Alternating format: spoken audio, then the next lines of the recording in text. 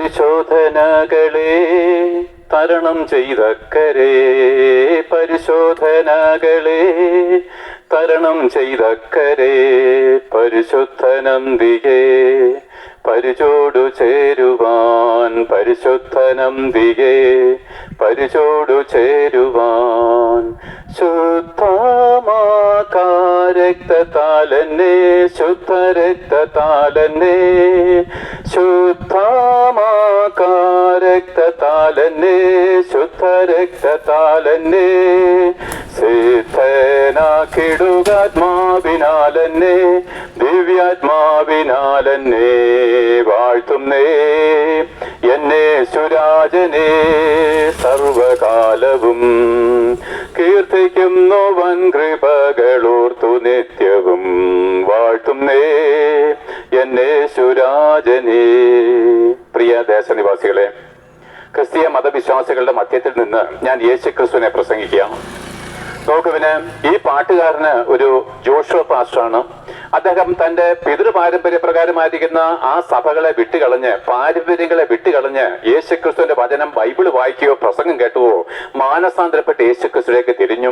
കർത്താവിന് വേണ്ടി കഷ്ടം സഹിപ്പാനായിട്ട് തന്റെ ജീവിതത്തെ സമർപ്പിച്ചു. താൻ എന്താണ് അനേക പതിറ്റാണ്ടുകൾക്ക് മുമ്പ് അന്നെന്താണ് നമ്മുടെ കരങ്ങളിൽ പൈസ ഇല്ല, കർത്താവിന്റെ വേലയ്ക്ക് വേണ്ടി പട്ടിണി കിടന്ന് ആൾക്കാർ അധ്വാനിച്ചു വന്നു. അങ്ങനെ താൻ തിരുവനന്തപുരം പട്ടണത്തിനോട് ചേർന്ന് എവിടെ ഒരു ഭാഗത്ത് ശുശ്രൂഷിക്കുമ്പോൾ കഠിനമായിരിക്കുന്ന സാമ്പത്തിക ഞെരുക്കത്തിൽ കൂടെ കടന്നുപോയി. തന്റെ ഭാര്യയ്ക്ക് മാനസികമായിരിക്കുന്ന ചില പ്രശ്നങ്ങളിലും കടന്നുപോയി. ആകെ ഞെരുക്കമാണ്. അദ്ദേഹം എന്താണ് പ്രത്യാശ കൈവിടാതെ ആ കഠിനമായിരിക്കുന്ന വേദന എഴുതിയ പാട്ടാണ് നമ്മളിപ്പോ കേട്ടത്.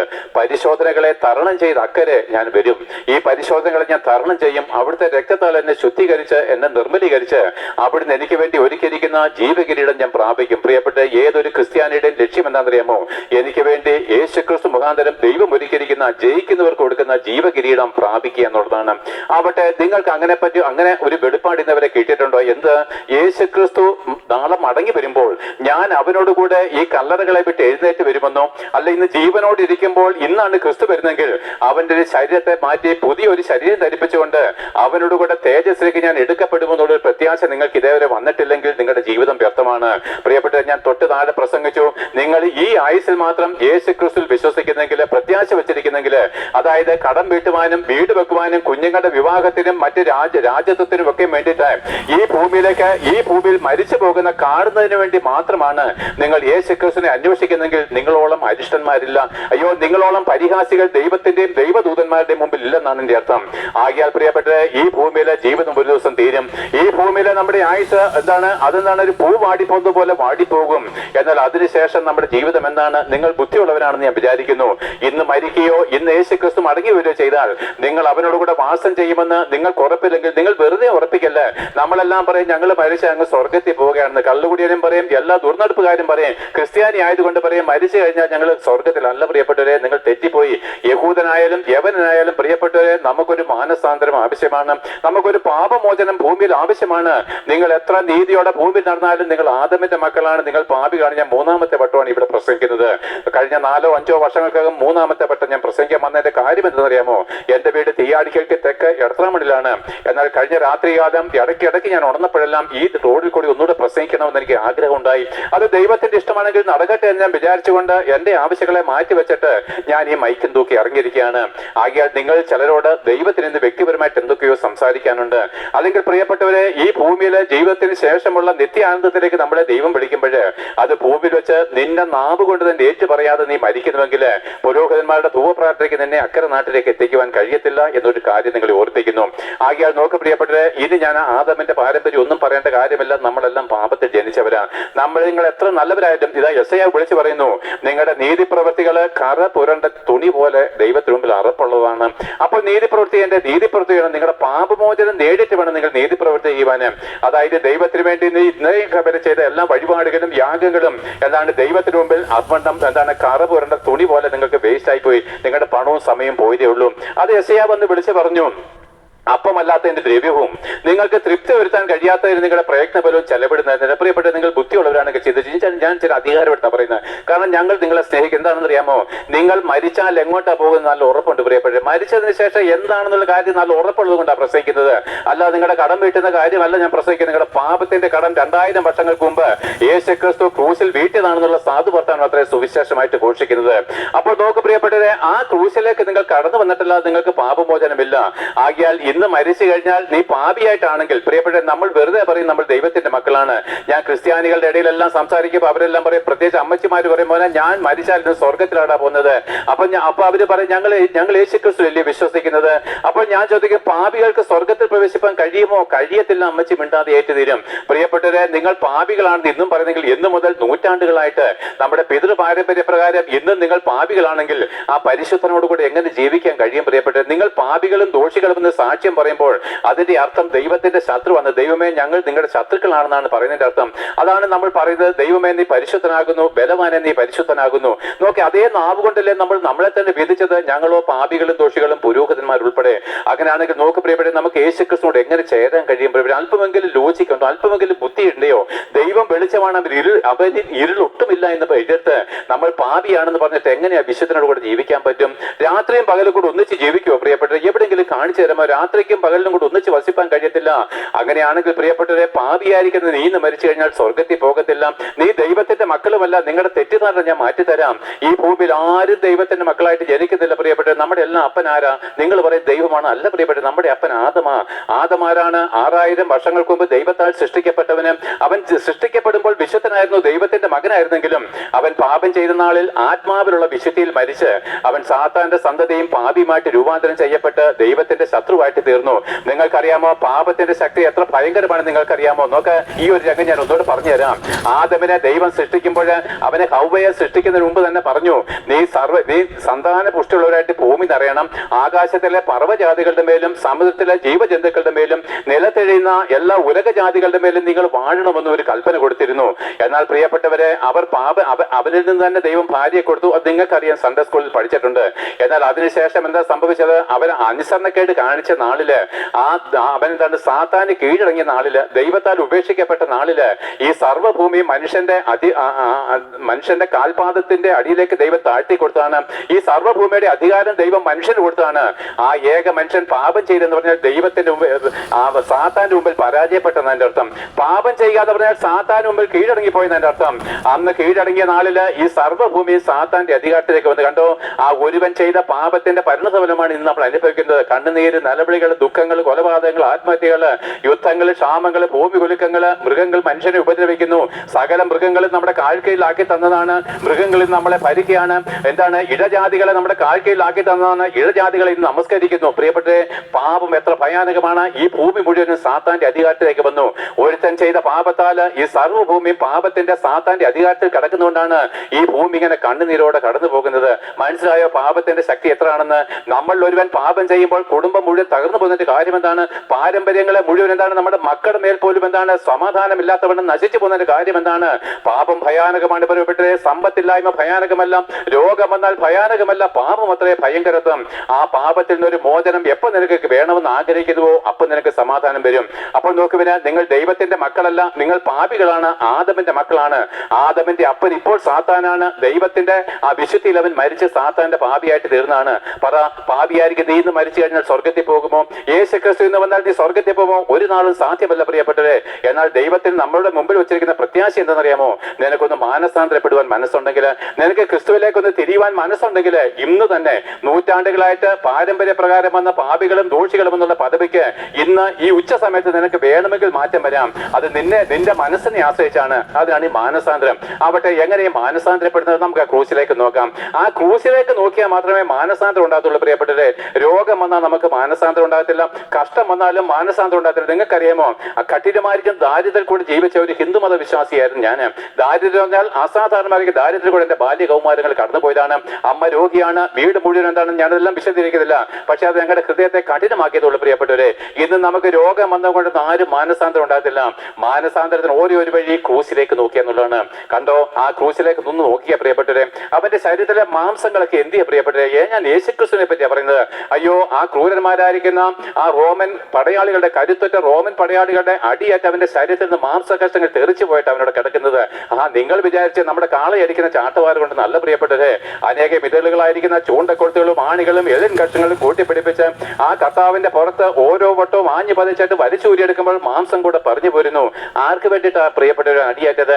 എന്റെ പ്രിയനെ നിനക്ക് വേണ്ടിയിട്ട് അവൻ അടിയേറ്റത്, എനിക്ക് വേണ്ടിയിട്ട് അടിയേറ്റത്. ഇതിനാണ് കാരണം എന്റെ അകൃത്യങ്ങൾ നിമിത്തമല്ല അടിയേറ്റത്.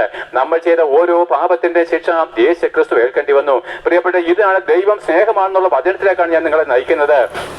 ഇത്രമാത്രം കഠിനമായിരിക്കുന്ന പീഡകൾ അവൻ ഏറ്റെങ്കിൽ അതിന്റെ ഉത്തരവാദി നമ്മൾ ഓരോരുത്തരുമാണ്. 2000 വർഷങ്ങൾക്ക് ശേഷം ഇവിടെ ജനിച്ച നമ്മുടെ ഓരോരുത്തരുടെയും അകൃത്യഭാരം കൂടി അവൻ ചുമക്കേണ്ടി വന്നല്ലോ പ്രിയപ്പെട്ടവരെ.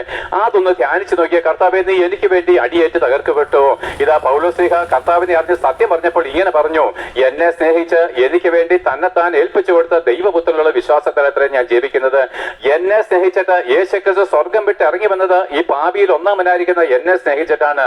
അവൻ ആ ക്രൂശിൽ കഷ്ടമേറ്റത്, അടിയേറ്റതെല്ലാം എനിക്ക് വേണ്ടിയിട്ടാ, വ്യക്തിപരമായിട്ട് എനിക്ക് വേണ്ടിയിട്ടാ, നമുക്ക് വേണ്ടിയിട്ടല്ല, സർവ്വലോകത്തിനും വേണ്ടിയിട്ടല്ല. എന്നെ സ്നേഹിച്ച ക്രിസ്തു മരിച്ചെങ്കിൽ പ്രിയപ്പെട്ട യേശു ക്രിസ്തു സ്വർഗത്തെ സ്നേഹിച്ചില്ല. ആ സ്വർഗത്തിന്റെ മനോഹാരിത എന്താണ് അതിപ്പം വിവരിക്കാൻ ഒക്കത്തില്ല. അതിന്റെ ഒരു കൊണിശം മാത്രമേ നമ്മൾ കണ്ടിട്ടുള്ളൂ പ്രിയപ്പെട്ടവരെ. എന്നാൽ നോക്കിയാൽ കോടാനുകോടി ദൂതന്മാരുടെ ആരാധനകളും സ്വർണ്ണ തെരുവീതികളും രത്നഖചിതമായിരിക്കുന്ന ഗോപുരങ്ങളും അടങ്ങിയിരിക്കുന്ന അവിടെ പിതാവും പുത്രനും അവിടെ പ്രകാശമാണ്, അവിടെ സൂര്യന് ചന്ദ്രന്റെ ആവശ്യമില്ലെന്ന് പറയുന്ന വണ്ണം ആ മനോഹരമായിരിക്കുന്ന നഗരികളെ വിട്ടുകളഞ്ഞ് പിതാവിന്റെ മടിത്തട്ടും വിട്ട് അവൻ ആ സ്വർഗത്തെക്കാൾ ഉപരി നിന്നെ നീ ഇതെല്ലാം കള്ളു കുടിച്ചില്ലേ, നിന്നെ അവന് അന്നേ സ്നേഹിച്ചെന്നേ. ആ സ്വർഗത്തെക്കാൾ ഉപരി അവൻ നിന്നെ സ്നേഹിച്ചതുകൊണ്ടല്ലേ സ്വർഗം വിട്ട് ഇറങ്ങി വന്നത്. അല്ലെങ്കിൽ ആരെങ്കിലും സ്വർഗം വിട്ട് ഇറങ്ങി വരുമോ? ഇല്ല പ്രിയപ്പെട്ടവരെ. അതുകൊണ്ട് നോക്കുവാൻ ഞാൻ എന്തിനാ ഇനി വഴിത്തള്ളിക്കരിക്കുന്നത്? എനിക്ക് എന്റെ വീട്ടിൽ ഇരുന്ന് ചെറിയ നല്ല ഉറക്കം വരുന്നുണ്ടായിരുന്നു. രാത്രി ഉറക്കം ശരിയായില്ല, എനിക്ക് അവിടെ കിടന്ന് ഉറങ്ങത്തില്ലായിരുന്നു. പക്ഷെ ഇന്നലെ രാത്രി കർത്താവ് പറഞ്ഞ് ഈ വഴിക്ക് പ്രസംഗിക്കണം. അപ്പോഴെന്താണ്? നിങ്ങളോടുള്ള സ്നേഹനിമിത്തം ഞാൻ എന്റെ സുഖം വേണ്ട എന്ന് വെച്ചു.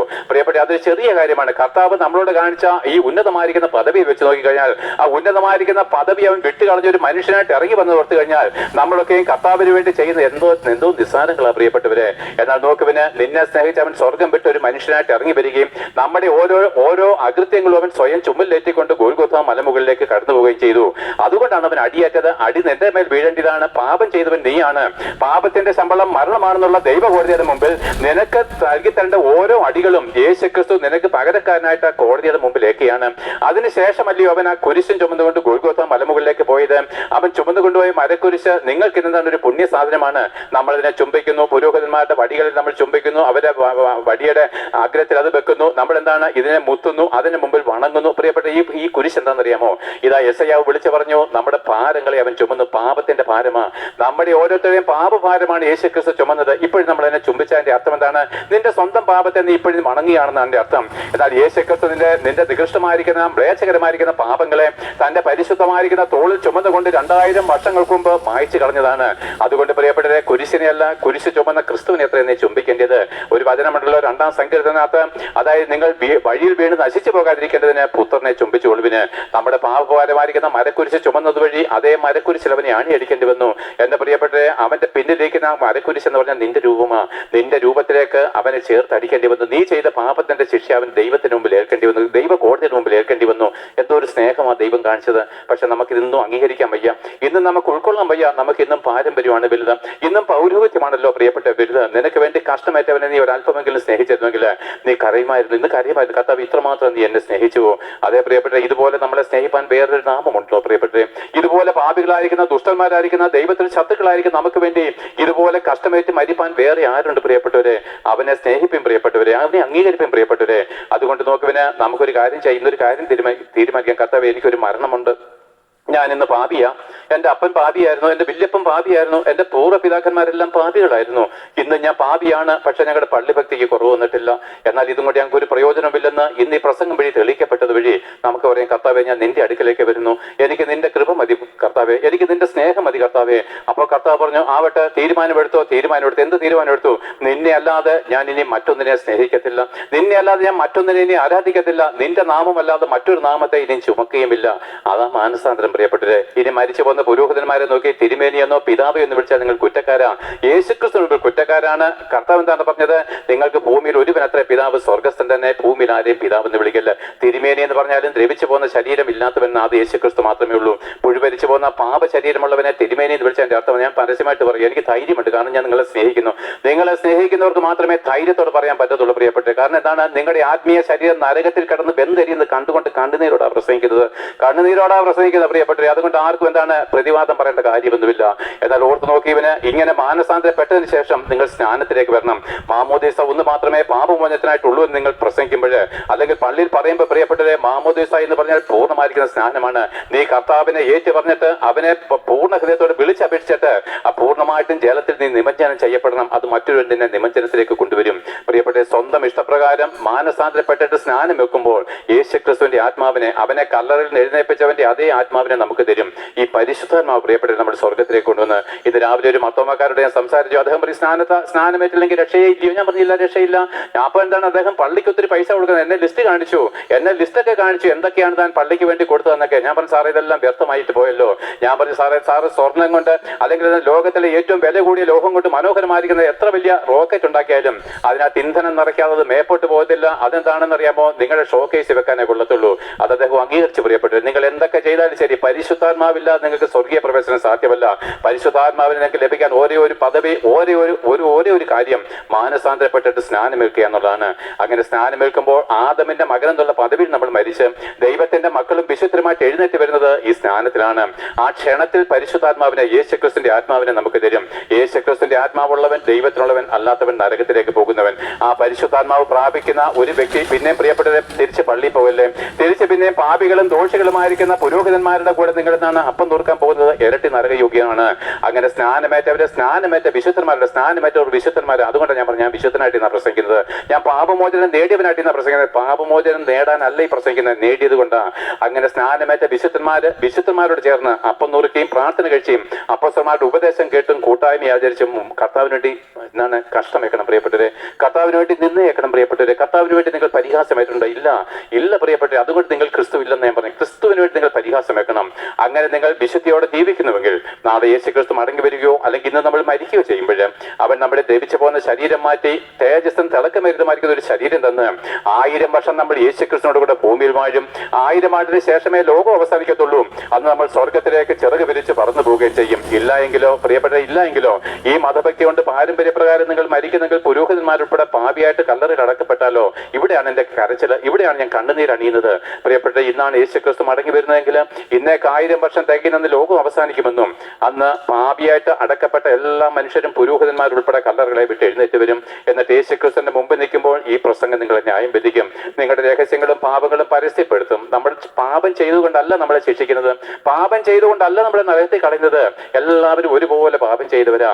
എന്നാൽ പാപത്തിന്റെ പരിഹാരം യേശു ക്രിസ്തുവിന്റെ രക്തം മാത്രമായിരിക്കാല് അവനെ നിങ്ങൾ അംഗീകരിക്കാത്തത് അത്രേ നിങ്ങളുടെ ശിക്ഷയ്ക്ക് കാരണം. ന്യായവിധി എന്നുള്ളതോ യേശുക്രിസ്തു അല്ലെങ്കിൽ വെളിച്ചം ലോകത്തിലേക്ക് വന്നിട്ടും നാം അവനേക്കാൾ ഉപരി ലോകത്തെ അംഗീകരിച്ചാണ്, സ്നേഹിച്ചതാണ്.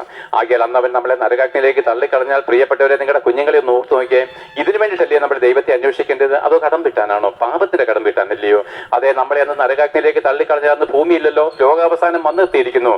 ആകാശമില്ല, ഭൂമിയില്ല, സൂര്യചന്ദ്ര നക്ഷത്രാദികൾ ഇല്ലാത്തത് കൊണ്ട് അന്ന് പ്രിയപ്പെട്ടവരെ നമ്മളെ നരകത്തിൽ നിന്ന് വീണ്ടെടുപ്പാൻ ധൂപപ്രാർത്ഥനയ്ക്കോ ഞങ്ങൾ ഹിന്ദുക്കളായിരുന്നപ്പോഴുള്ള പിണ്ടാടിനങ്ങൾക്കോ കഴിയത്തില്ല. എന്നേക്കും ആ നരകാഗ്നിയിൽ നമ്മൾ വെന്ത് കിടക്കും. ആർക്കും മാറ്റിത്തരുവാൻ കഴിയത്തില്ല പ്രിയപ്പെട്ട. എത്ര ഭയാനകമാണത്! ഈ 50-60 വർഷം പോലും നമ്മളെന്താണ് കഷ്ടം കൊണ്ട് മടുത്തെങ്കിൽ ഈ എത്ര കോടി വർഷം കഴിഞ്ഞാലും തീർന്നു പോകാത്ത നരകാഗ്നി നിങ്ങളെ ആറ് വീണ്ടെടുക്കും പ്രിയപ്പെട്ടവരെ. അതിന് അവകാശം നിനക്ക് മാത്രമേ ഉള്ളൂ. ഭൂമിയിൽ മരിക്കുന്നതിന് മുമ്പ് ഉന്നത ഭാവങ്ങളെ താഴ്ത്തി നേകളഹൃദയങ്ങളെ വിട്ട് മാനസാന്തരപ്പെട്ട് സ്നാനമേറ്റ് യേശുക്രിസ്തുവിന്റെ നിന്ന് ചുമന്ന് സ്വർഗരാജ്യം അവകാശമാക്കിക്കൊള്ളുമെന്ന് ഘോഷിച്ചുകൊണ്ട് പ്രസംഗം നിർത്തുന്നു. വിശ്വസിക്കുന്ന ഏവനെയും യേശുക്രിസ്തു മുഖാന്തരം ദൈവം അനുഗ്രഹിക്കട്ടെ.